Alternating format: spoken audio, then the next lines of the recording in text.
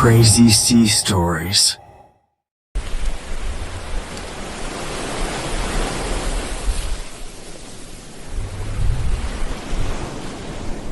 The salt spray stung Elias's face as he wrestled with the heavy oak door of the lighthouse.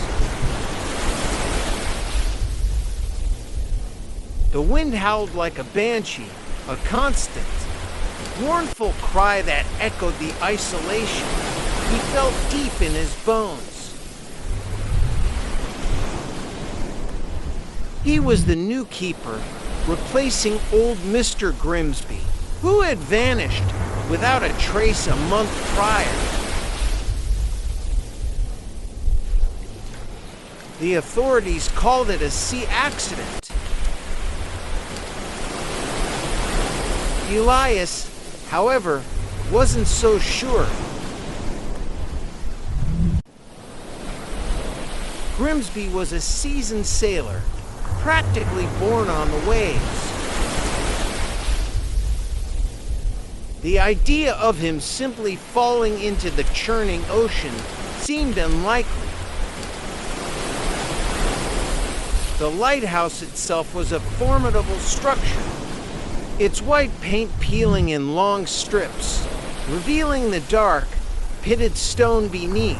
It stood on a jagged outcrop of rock, a solitary sentinel against the unforgiving sea.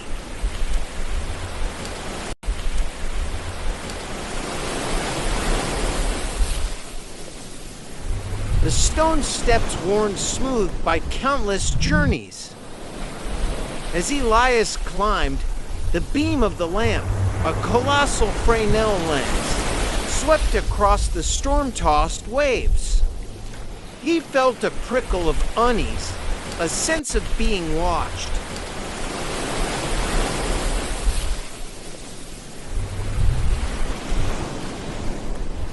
He found Grimsby's logbook on a small, dusty desk in the lamp room.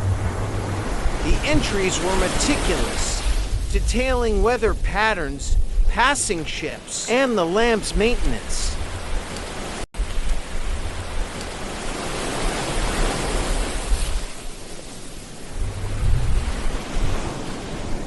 The lighted whispers.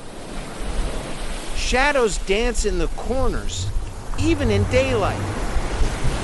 Something is down there, in the depths. Elias dismissed it as the ramblings of an old man driven mad by solitude. Yet, a seed of doubt had been planted. That night, as the storm raged outside, Elias found himself unable to sleep. The lighthouse groaned and creaked around him, and the rhythmic sweep of the lamp seemed to pulse with a life of its own. He rose and went to the lamp room, compelled by a morbid curiosity. The beam cut through the darkness, illuminating the swirling foam below.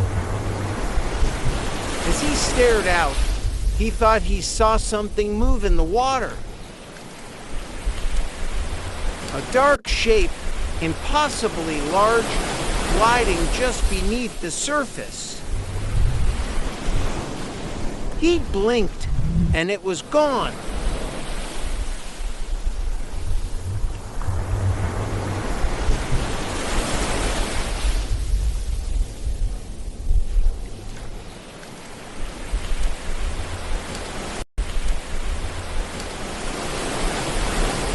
He attributed it to fatigue and imagination, but the feeling of unease intensified.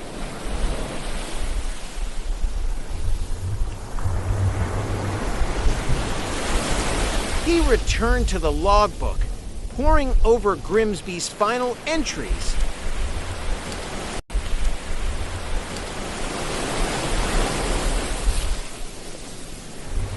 The last entry was simply a single word, scrawled in shaky handwriting: beware.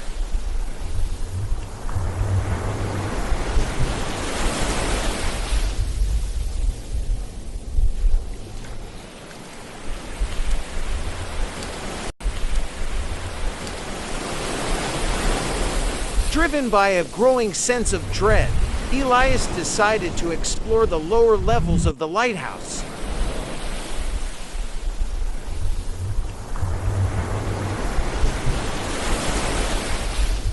He descended the spiral staircase, past the living quarters, past the storage rooms, until he reached an heavy, iron-bound door that he hadn't noticed before.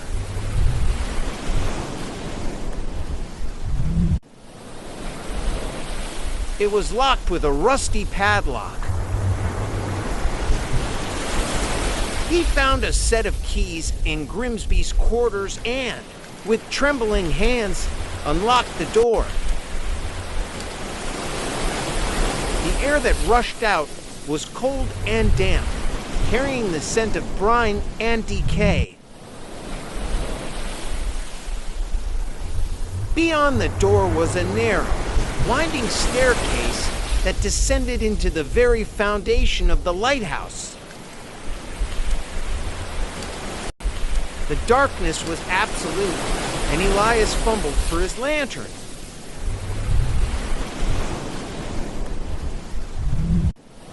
The light revealed a small, circular chamber, its walls slick with moisture.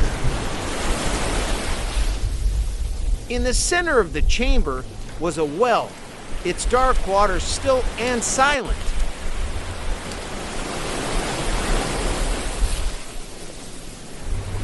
The air hung heavy with a palpable sense of dread. As Elias peered into the well, he heard a faint whisper. A sibilant murmur that seemed to come from the depths.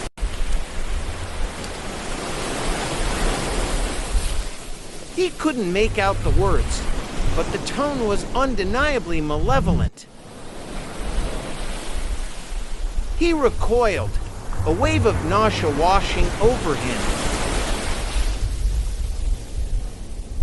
He wanted to flee, to escape this place of darkness and secrets.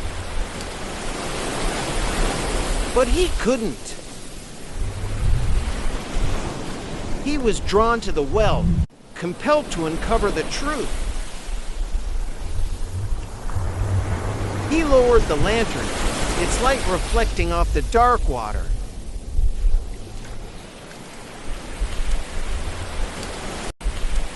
And then he saw it. A face. Pale and bloated, its eyes wide and vacant, stared back at him from the depths. It was Grimsby.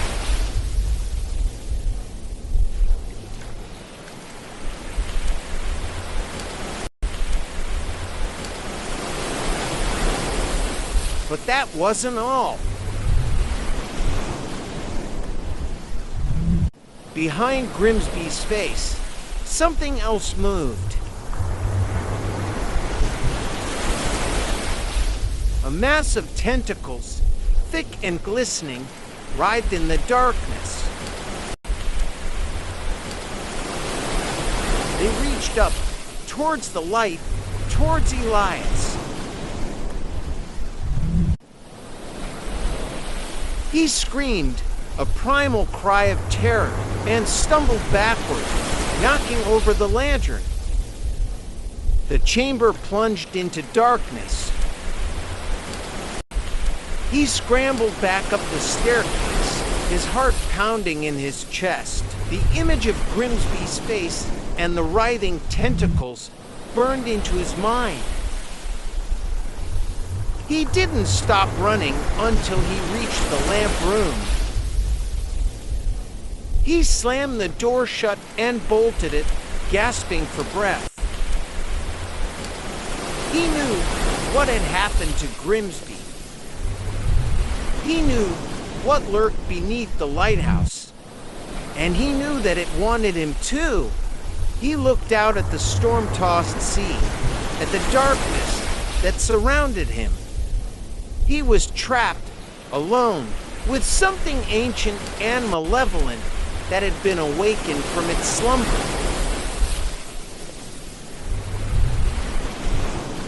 He grabbed Grimsby's logbook and with shaking hands wrote his own final entry. It's real. It's in the well. It whispers lies. Don't listen to the light.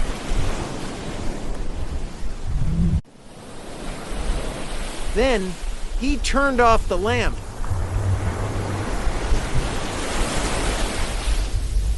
The lighthouse stood dark against the storm, a silent tomb on a desolate rock.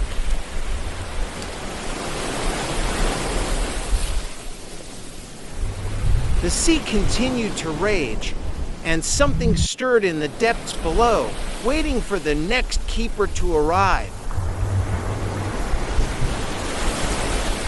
Waiting to whisper its lies. Waiting to claim its next victim.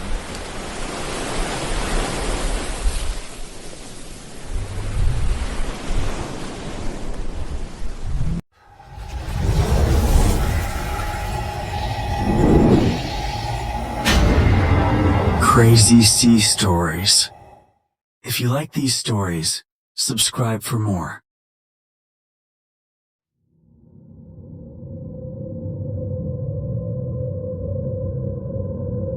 No one remembers when the fields turned quiet. The birds were the first to vanish. One morning their songs failed to greet the dawn, leaving the sky above Hollow's edge heavy with silence. No crows perched on the barn roof. No sparrows darted between the hedges. Even the insects seemed to have fled, leaving only the rustle of dry wheat in the windless air. We knew something was wrong. The old folk whispered of omens of plagues and pestilence, or worse, visitations from things not of this world. But we stayed. We were farmers. We had endured floods, drought, and sickness. The land had been in our blood for generations. No one thought this land would be our grave. It began at dusk, as all dark things do. The sky over the eastern field, the one we called God's Acre, rippled with strange light. Pale, cold beams broke through the cloud cover, bathing the fields in silver. Men and women gathered at the field's edge, drawn like moths to a flame. I stood among them, my wife Sarah beside me, her hand trembling in mine. Fear danced behind her eyes. We watched as Jonathan Marks, the blacksmith, stepped into the field. His head lolled back, his arms wide as if in rapture. The light thickened around him, becoming liquid, syrupy, clinging to his form like cobwebs. And then he began to rise. His feet lifted from the ground, boots swinging gently above the dry earth. His mouth hung open, but no sound escaped. Higher and higher he drifted, until his shape blurred against the heavens. Then Mary Blake followed, her thin frame weightless in the eldritch glow. Her nightdress fluttered in an unseen breeze as she spun slowly, face empty of thought. One by one, the villagers ascended, dozens of them, floating skyward as the light pulled them like a fisherman's net. Their bodies limp, their eyes vacant, they rose without resistance. Some screamed. Children clung to their mothers. Men fell to their knees, praying in desperation. But no one was spared. I held Sarah tight. So tight I felt her ribs beneath my grip, whispering to her to stay, to fight. Her breath came fast and shallow, her body shivering in my arms.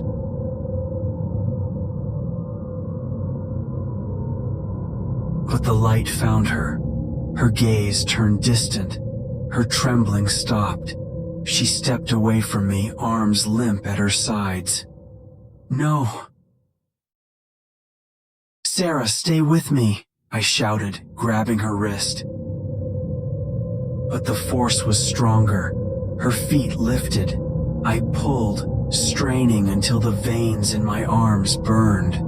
But she slipped from my grasp like a ghost, her body rising into the void above. Her face turned to mine as she drifted upward. There was no fear there, only emptiness. The sky swallowed her. I fell to my knees, choking on grief. All around me, others were rising. Men, women, children, their bodies weightless, offered to the sky. I could only watch as they disappeared into the breach in the heavens, a great wound in the sky that oozed pale, putrid light. The last to rise was Father Grayson, the village priest. He wept as he prayed, clutching his crucifix until it snapped in his grasp. Then he too was taken, his screams fading into the cold void above, and then the light dimmed. The clouds closed, stitching shut the gash in the sky. Silence returned.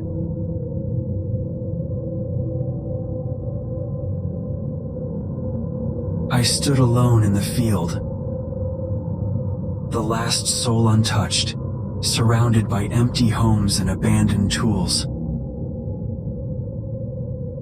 The wheat bent under a dead wind, whispering secrets in a tongue I could not understand.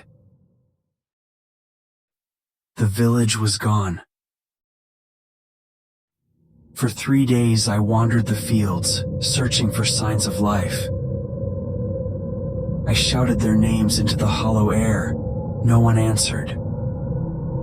Only echoes returned, thin and mocking. At night, the dreams came. I saw their faces, pale and empty, floating in endless dark. Their mouths opened wide, whispering secrets I could almost understand. Secrets of the thing that called them, the hunger above, the silent God, the feeder in the sky. They spoke of endless drifting, of being devoured by shadow, of voices that pierced the soul and left nothing behind. I awoke each morning with my body lighter, my feet barely touching the ground. I knew it was calling me.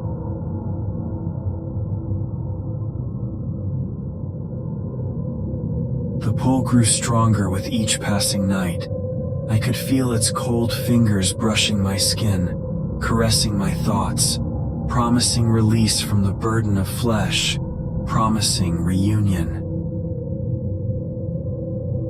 But I knew the truth. There was no heaven waiting beyond the clouds. Only endless hunger. Only the gnashing void. On the 7th night, I stood in the middle of the field staring up at the sky.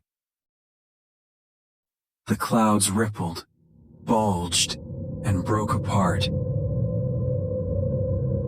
Pale light poured down, washing over me. I felt my feet leave the soil. The village was gone. My life was gone. My body was no longer mine. I rose into the sky, weightless, helpless, drifting toward the pulsing wound above. And as I ascended, I saw them.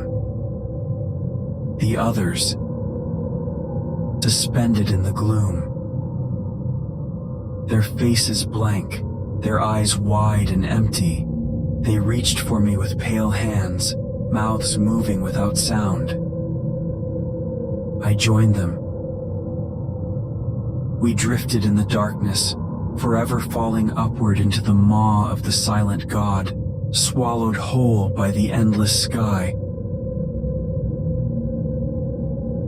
And below us the fields waited, quiet and empty, for the next harvest.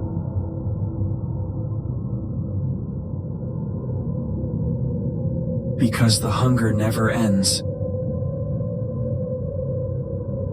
and neither does the sky.